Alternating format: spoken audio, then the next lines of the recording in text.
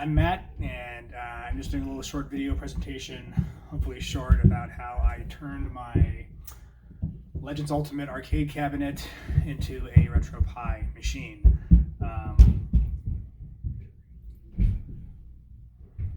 Every time.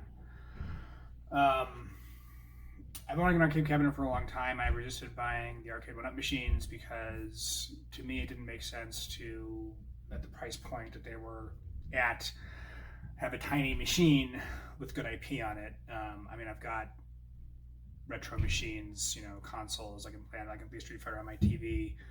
I don't need to spend a bunch of money for a little mini machine. Other people can. It's fine. I'm not saying it's inherently wrong. It just wasn't my thing.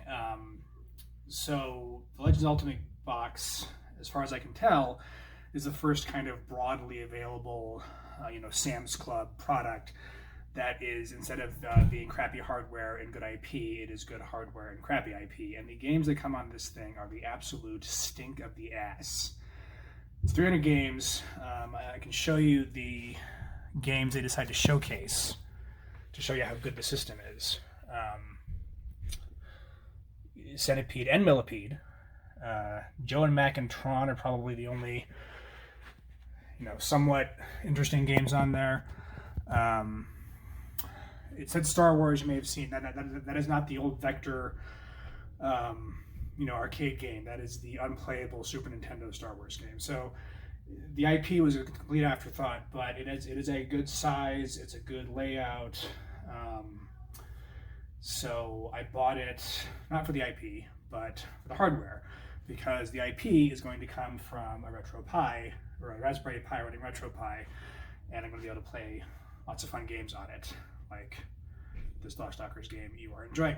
So I'm going to show you the underside of this thing to show you kind of what I did to get there, and you can watch or not. I don't really care, because I've got beer and video games, and that sounds like Sunday to me.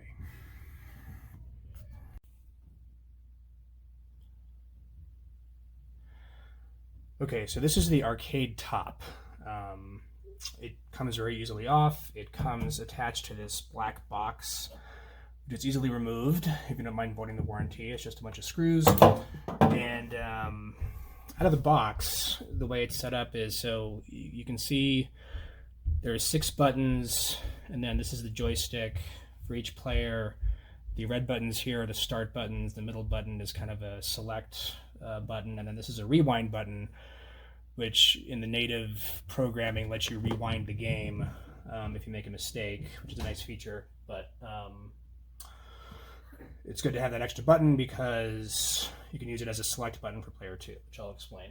What do you want? I'm making a nerd video. Oh, why? For my fans. You do not have fans. You want to listen to me explain how I rejiggered this thing? I am good. All right. Watch the video later. Yeah, good day. Every single time I try to make a video. So the buttons themselves are very simple switches. You can probably see there's each one has 2 tabs.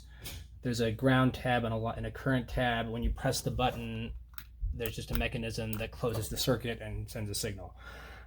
So there's a ground wire running along each of the ground tabs, and then current wires running along the current tabs.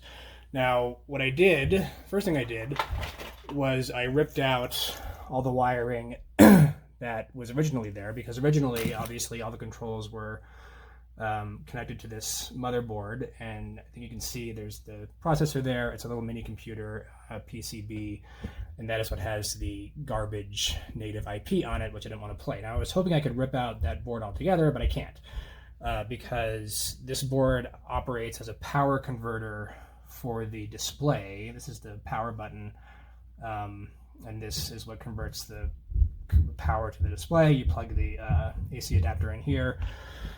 And this is also a display controller for the display itself. So the display won't work without this PCB, or without replacing the PCB in a way that I don't have the skills to do. So what I did was I ripped out all the wires, and I just went to my electronics store nearby, and I bought these USB encoders, which are specifically for home arcade systems. And basically what this lets you do is you just wire each of the buttons and the joysticks into pins, and then what this will do is map, each pin is mapped to a particular USB signal, and then that all translates into a mini USB output, which you can then plug into your Raspberry Pi or whatever other system you're using. So you're basically making a USB game controller from scratch. And you have some freedom with how you map it, as long as obviously you know where the grounds and VCCs are. The encoder did come with this map with suggested mappings. I don't know if that's focusing or not. It's not that important. The one thing is, this is sold as a 2-player encoder. You see it has 2 rows of pins, but it really isn't, because the pins aren't the same in terms of where the grounds and currents are. And also, it only has 1 USB output. So if you want to have 2 controllers, you need a system that can, even assuming you can wire it properly, which I couldn't do,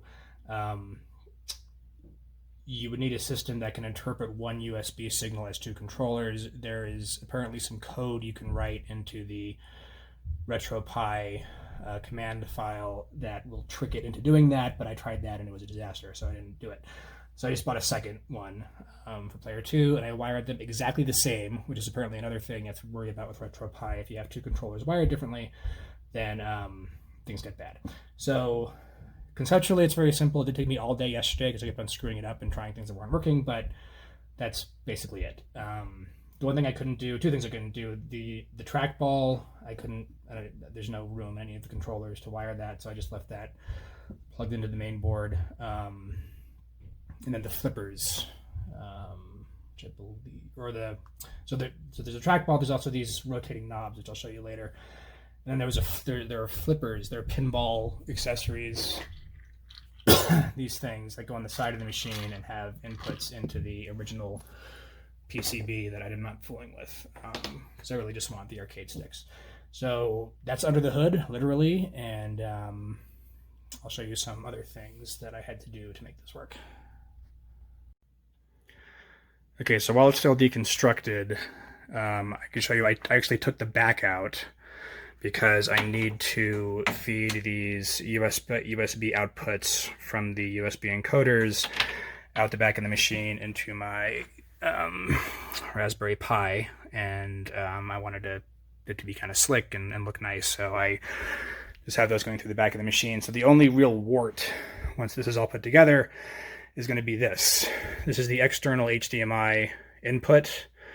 You can toggle between the native input, which is from the garbage IP PCB, and the external HDMI input. I was hoping that this was just a relay into another HDMI port in the display itself, that I could just take out and bypass, but it's not. It actually hooks into a video controller, which again, I don't have the skills to mess with. So until I get more ambitious, I'm just going to have to deal with having a wire sticking into my arcade machine, which I can live with. And I can also, if I wanted to, I could put the Raspberry Pi, I could stick that inside down there out of sight and make it look more slick and hidden. But for the time being, at least, I've been having a lot of issues kind of getting this thing to work properly and getting the HDMI to work properly, so I'm keeping it accessible for the time being, but eventually, if I stabilize this thing, I will probably stick that back there as well. So I'm going to put it back together now, and you can see how it works. All right, now it's put back together. I didn't mention that in putting it together, so right around here was where the power cable and video controller cable were on the original PCB that I had to plug in before I turned it in. I also didn't mention that I had to take off this panel from the arcade top down here in order to make room for the 2 USB cables coming out of the USB encoders going into the Raspberry Pi, which you can see down here. So I was happy to be able to do that without having to cut a hole in anything. Unfortunately, the PCB was mounted independently of that panel, so it didn't break anything. So here's how we get to our arcade goodness. We turn it on. So it is still booting up from the native PCB. The controls won't do anything if I try to do anything, but it is still there. Once it is awake, we need to toggle over to our HDMI input. For some reason, the display wants to tell you it doesn't have a signal before you send it the Raspberry Pi signal. If you turn on the Raspberry Pi first and then turn on the machine, it doesn't work. I have no idea why that is. Doesn't make sense to me, but see, we have our Raspberry Pi booting up, all bright and colorful, and we've gone dark, and pretty soon there's our 4 Pis. So our system's booting up. It does take a while, so I'm going to switch views here while this gets going. Okay, so I've gotten us into one of the games, one of my favorite games, Street Fighter 2 Champion Edition. Now, I mentioned earlier that it doesn't matter when you're mapping which specific pins you use, and that's true to a certain degree, because the RetroPie interface, when it detects a new controller, will ask you what you want each thing to do, and it'll see you can define up, down, left, right, all the different buttons, and it will encode the USB pins to whatever button you tell it to encode. So it is very important, however, that you wire both sets of controllers the same, which is why I said it's good that in addition to P1 and P2 start, we have a select button for player 1 and also this extra rewind button that we can use as our select button for player 2. The other thing you're going to want to do if you're doing this is get yourself a Raspberry Pi keyboard. They're like $20. If things go sideways with your inputs and the Pi can't tell what you're doing, you're going to want that keyboard to be able to talk to it. So let's see how we do with the mapping. So our player 1 select is going to be our coin button. So far so good.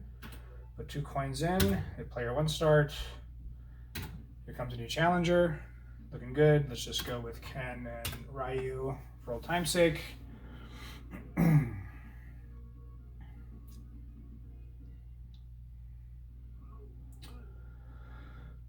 All right, so Ryu's got jump, crouch, forward, left, jab, strong, fierce, short, forward, roundhouse, all good there.